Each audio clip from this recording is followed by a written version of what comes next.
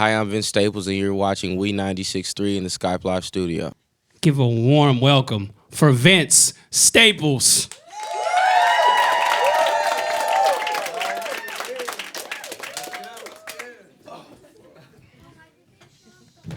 What up, man?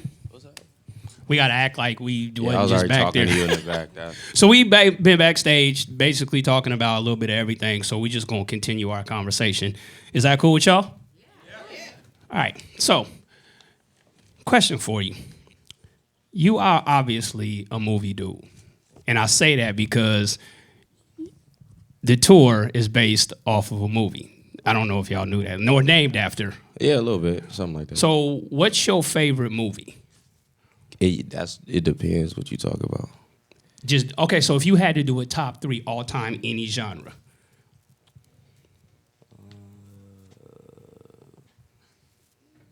Back to the Future, Kill Bill, and Goodfellas. like that. Kill Bill 2, not 1. Okay, that's what I was getting ready to say. 1 or 2. So Yeah, 2. 2. Yeah, Okay. 2 a better movie. They was dropping shit in 1, but 2's a better movie. No doubt. Now, speaking of movies, and I didn't even realize this till like the 3rd time I watched it, but you was in the movie Dope. Yeah, I was in that movie in the corner somewhere. You popped up like I watched it and I was like, oh, this movie's really good, and I watched it again and I was like randomly doing something and I was like, what? Wait a minute. I think, is that? Yeah, I was there. It was a lot of rappers in that movie. Like just in random spots. Yeah, that was so extra when you really think about how many rappers they had in that movie. It wasn't quite Who's the Man, but it was just hella It rappers was in close. there. It was real close. What was that like, the whole movie experience? And is that something that you're wanting to do going forward? I mean, it was cool. I wasn't really there that much. I was only there for like 3 days because I had to go on tour. Obviously, that's basically all I do. But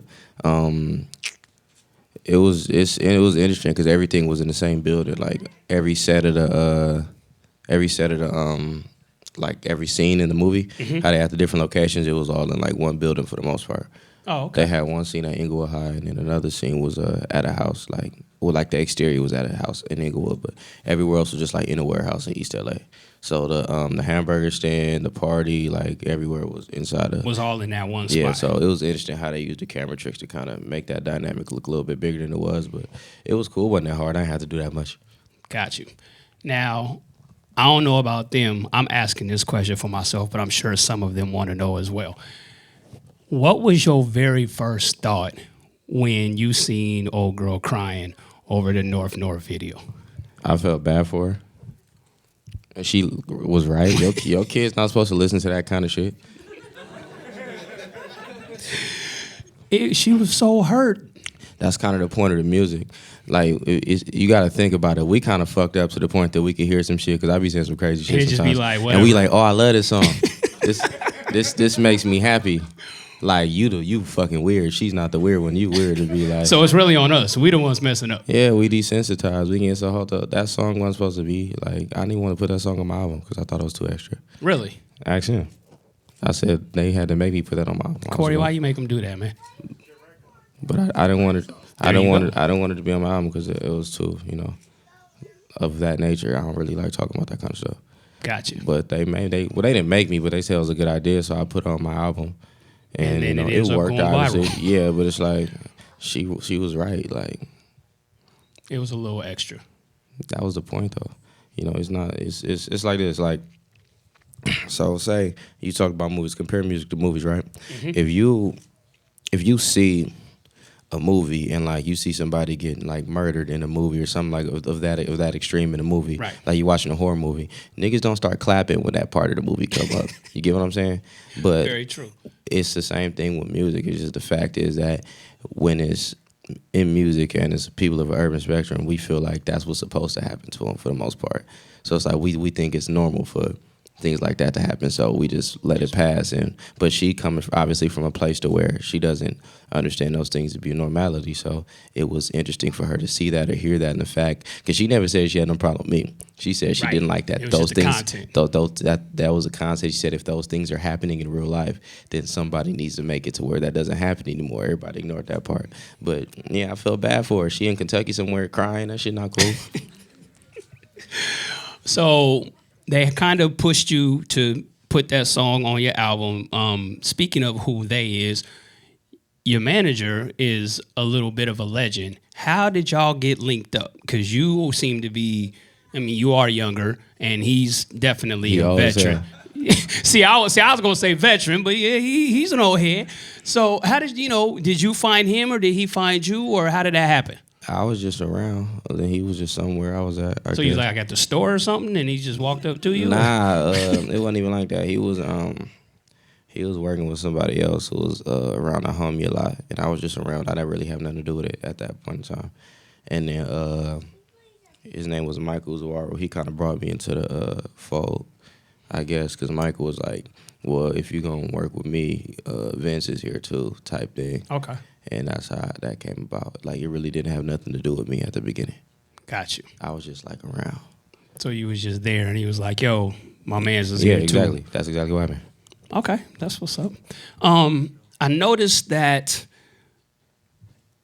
you seem to be one of the people in the younger generation of hip-hop that keeps getting sucked into these conversations about the gap in generations, like over and over. But they don't ever seem to be talking about you. Like, they're talking about other artists, but they talk to you. Because they want me to say something negative about somebody else. Right. That's all they ever want me to say. It's just so annoying. It's corny as fuck. Like, so how do you feel about this? Like, I really don't got an opinion on anything, to be honest. Like, when we, like, all those videos you see on the internet and shit, we be shooting that shit for like 3 hours. Because I don't want to say nothing bad about anybody. I found it interesting when at the Complex Con, like, just your whole body language. Like, you was sitting there and they were like, yeah, so Vince, and you were like, I'm just trying to get this money, man. Yeah, you feel me? Like, I don't care about none of that. It's like, why y'all want to sit down and be mad at each other all day? Like, y'all go fight or something. If everybody upset, like, just go to the back, 15 seconds, like high school. Like, y'all be all right. But it's like, I don't feel the need to, because it's music. Music is everything just supposed to be like exactly the same? Because if that's the case, you niggas don't want a job no more. Because it can only be about 3 or 4 of y'all if everything sound the same. And I don't think it was, but I don't think nobody there was really on that. Like, Raekwon wasn't on that, obviously. Nah, not at all. And Scarface wasn't on that. So it's like, I don't care about that stuff, man. Yeah, I think that we get caught up in trying to sectionalize hip-hop when we need to look at the full spectrum of it. I mean, but it's not even that. They just want us to, like, niggas that was rapping in New York in the early 90s. They're not talking about nobody else. Right. At all. Just that one group of people. It's just like mumble rap just mean you have a southern accent, which is foul as fuck. Because all that means is we don't understand what you're saying because you have an accent. Like, come on, bruh. That shit is corny as fuck. Like, how is 21 Savage mumbling? I understand this nigga is over-enunciating his words. Like, he said some long-ass words. If you really listen to that motherfucker's music, he said Mechanicsville in a song, and I understand him full. Panthersville. These ain't easy words to say. What are you talking about? But it's like, all that means is, you're from the South, so we don't like mumble rap because you don't speak like we speak in this general area. And then it's all this other shit about who talk about what. They're like, leave these niggas alone, man. They minding their business. They not talking about you.